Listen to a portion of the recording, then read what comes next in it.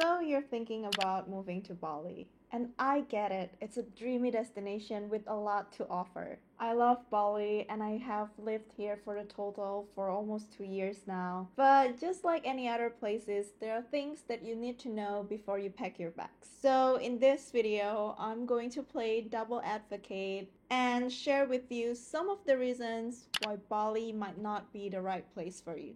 First off, let's talk about the weather. Indonesia is known for its tropical weather, so that means humidity and hot temperature. So we have the dry season and the rainy season, which can bring heavy downpours or even flooding. So if you don't like the humidity and the unpredictable weather, then Bali might not be the best place for you. To be fair, I can handle the unpredictable weather because even though on a rainy season you still got some sunny days and you still can get out and explore a lot, but the humidity is something that you definitely want to consider about. You can't really wear long sleeves or long pants here in Bali because of the temperature, and most of the cafes and restaurants here, they don't have AC. An area in North Bali is slightly less hot, especially if you go to a place like Kintamani where it's close to the mountains. But most people would stay in a south or like center area like Canggu, Uluwatu, Sanur, Ubud, and you probably only take a weekend trip to North Bali. Generally, the dry season, which runs from April until October, is considered to be the best time to visit Bali.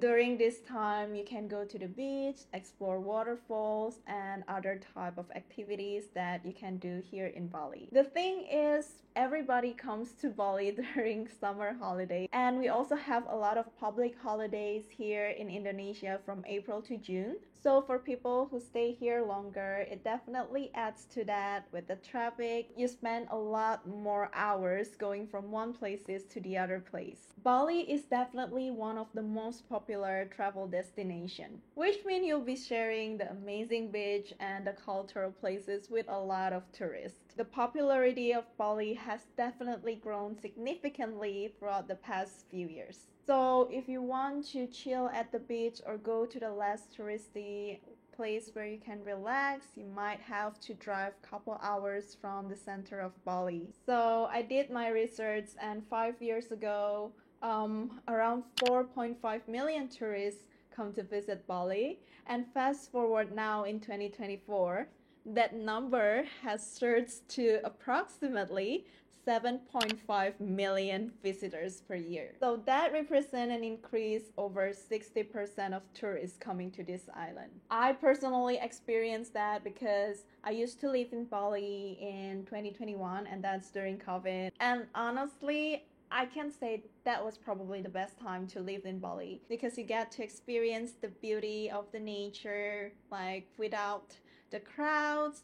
The prices for accommodation are significantly lower. To give you an example, I could rent a place for around 4 million per month, and that place is 2 minutes walk to the beach.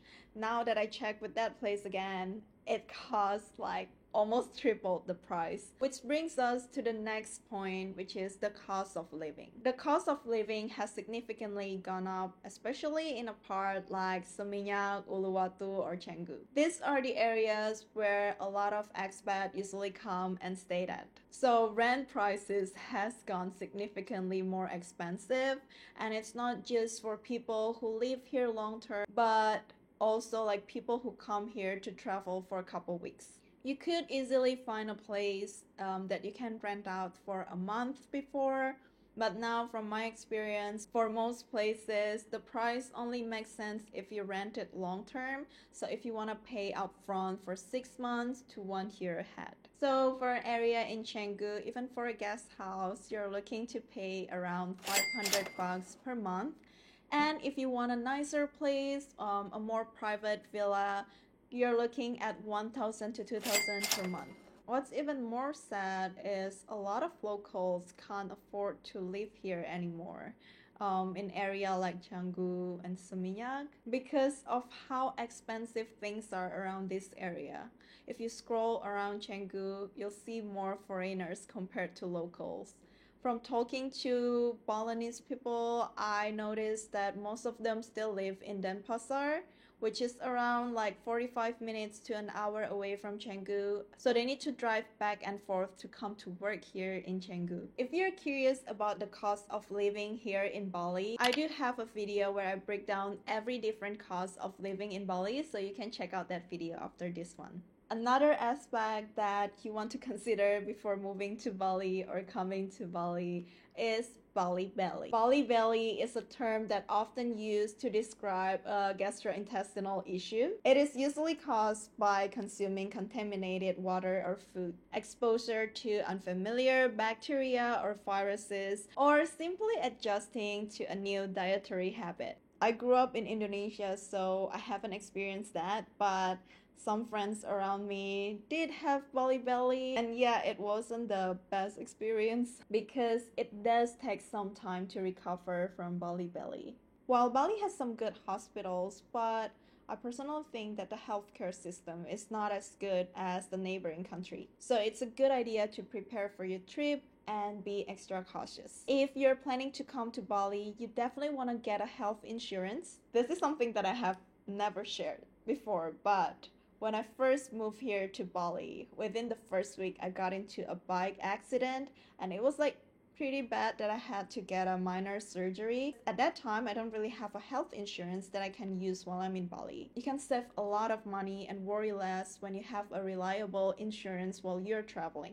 I would highly recommend Safety Wing because a lot of my digital nomad and traveler friends are also using Safety Wing. Safety Wing is a travel health insurance, so no matter where you're traveling to, you can get yourself protected. The reason why I recommend Safety Wing is because I see how responsive and accountable the company is. Some of my friends did get into an accident and they got covered up by Safety Wing right away. So yeah, if you guys want to check it out, I do have a link in my description box. By using my link, you're also supporting this channel so I can keep making videos for you guys. Now let's discuss some legal matters.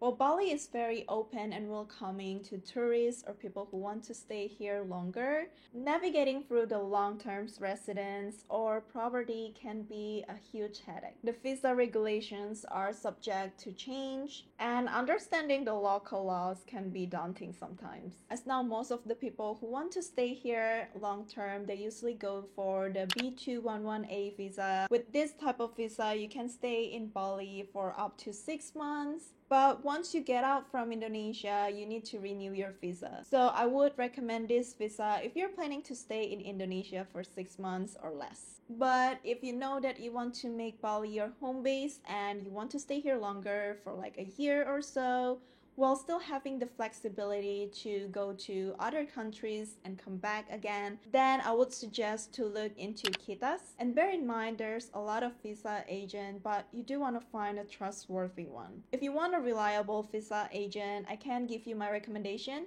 You can shoot me a DM on Instagram. If you're planning on owning a land or a property here in Indonesia, unfortunately, you can't do that. You can opt for a leasehold agreement instead. So this means it will allows you to lease land from locals for a specific period of time. Typically, it lasted for 30 years with renewal options, which means you can build a building or a villa on top of the local lands for 30 years, and you own it for 30 years, but after 30 years, it will return to the locals' ownership.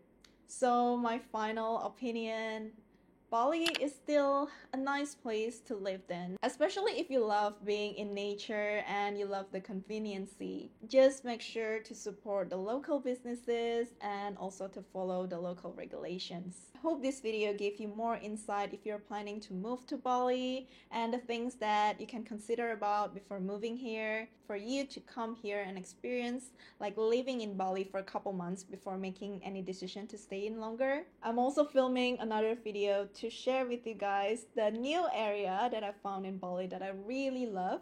So I'm no longer living in Canggu. I moved to this area and I just like love it. I think it's so much better than Canggu. I'm gonna share it with you guys on my next videos. So yeah, make sure to subscribe, click the like button, and also turn on the notification bell. And I'll see you on my next video. Bye!